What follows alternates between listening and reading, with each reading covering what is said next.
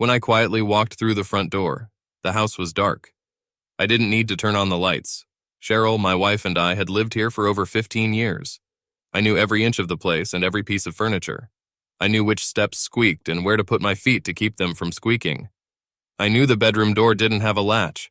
The tab had long since fallen off. Cheryl had been trying to get me to fix it for years, but I never had the time to fix it. Never got around to it. But it didn't matter now.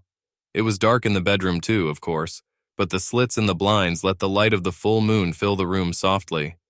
It was just enough light to see Cheryl asleep, curled up, and the man snuggled up behind her. I could definitely tell they were making love. The room reeked of them. The bedroom was just filled with the aura of copulation. Cheryl was lying naked. She rarely slept like that unless she was dozing in her oblivion. Given their poses, I wondered if he was still inside her. I began to have other questions. I wondered about their affair. Who started it all? How did it progress? How did they make the leap from being friends to being lovers? I saw his hand patronizingly pressed against my wife's soft breast. The wedding ring. So he is married too. I wondered about his spouse. Was she now sleeping alone, wondering where her husband was while he lay next to my wife? Did he have children? What was the problem with his marriage? Why did he end up here and interfere in my marriage? And what is the problem with my marriage? What can't I do of the things he does? I remembered how I met Cheryl. Neither of us were kids. I was 32 years old and she was a year and a half older.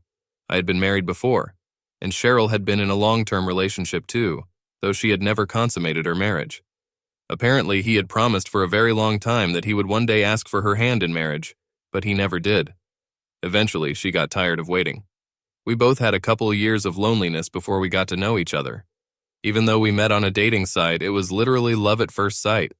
I thought we would be together forever. Obviously, that wasn't meant to be. I sat on a stool by the dresser and watched her sleep. She was as beautiful as ever. There were strands of gray in her long, dark hair.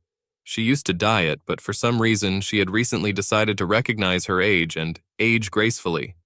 And it was indeed graceful. Yes, she had some gray in her hair. And yes, she had a few more little wrinkles around her eyes and around her mouth. She calls them laugh lines, but none of that mattered to me. I loved Cheryl just as much today, and even more than when we first met. I thought I should feel more pain than I was feeling now, but for some reason I just felt devastated. No anger, no sadness, no grief, no loss, just emptiness, a dark and cold emptiness. I even marveled at it. How could it be that after so many years together, I could see my wife in bed with another man and feel nothing? I loved my wife with all my being, and yet seeing her in the arms of another, I felt only a slight sadness. Nothing more. I watched for a few more minutes, wondering what I should do next. Should I wake them up, demand an explanation, commit violence? The man seemed much larger than me, so I wasn't sure of the outcome of our confrontation. I didn't know how it would turn out, and I just didn't have the strength to fight. I didn't have the mental strength. Empty, like I said. Just a little sad. And at that moment, I noticed Cheryl's eyes were open. She was looking at me and looked like she was afraid to move. She wasn't afraid that I might attack her or hurt her. It was more like the fear that comes from approaching a fearful animal. It was as if my wife was afraid of scaring me away. Julian? She said quietly. Cheryl, I answered just as quietly. Cheryl tensed. She blinked several times as if trying to convince herself that I was real. She probably didn't expect to see me in the bedroom at this moment. Who is he? I whispered. His name is Tom. She replied. He's a teacher at the school. He teaches history. I nodded sadly. How long? A little over 6 years. 6 years? I asked incredulously. How had I not known that before? She'd been seeing another man for 6 years. Despite our conversation, Tom didn't move. His slow, heavy breathing continued. I thought you loved me, I said. Baby, I loved you more than you can imagine. You were the best man I ever knew. Then why? I asked.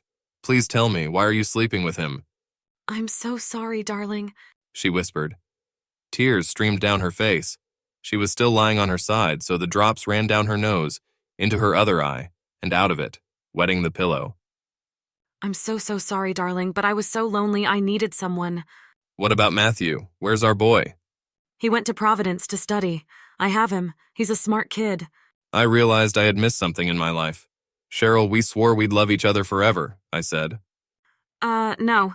She replied, and the tears came in rivers. Not forever. We said, till death do us part. That's the promise we made, baby. Till death do us part? I repeated, a little confused by her words. I'm so sorry, baby. She sobbed softly. But you left me. You died. I looked down at myself and finally saw the truth. I wasn't sitting on a stool. The stool didn't exist. I was actually sitting on nothing. My feet were partially embedded in her bedside table. No wonder the stairs beneath me didn't creak and that I didn't bump into furniture in the dark. Now I remembered. I remembered everything.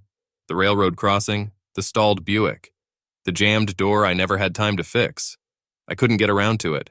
For the first time, I noticed that the ring on Tom's finger matched Cheryl's wedding band. The sadness was gone. Even the emptiness was gone. Do you love him? I asked. He's a good man, and yes, I love him. Not like I loved you. At least not more, but not less. It's just a different kind of love. Is he treating you well? She smiled. He's keeping me safe. Is he good in bed? She laughed softly this time, though I could see the tears still streaming down her face. Baby, will I ever see you again? She asked after a moment. I thought about it for a second and answered, I don't think so. Maybe, someday, maybe. But I hope it won't be for a while. I stood up, moved a little closer, and touched my lips to her forehead. I love you. I will always love you. Trembling, she raised her hand to touch my arm, but it never came. I love you too, and I will never forget you. She replied. Leaning forward, I put my hand on Tom's shoulder. Look after her, buddy. She's special, I told him. He didn't move. Then, casting one last look at Cheryl's beautiful face, I left.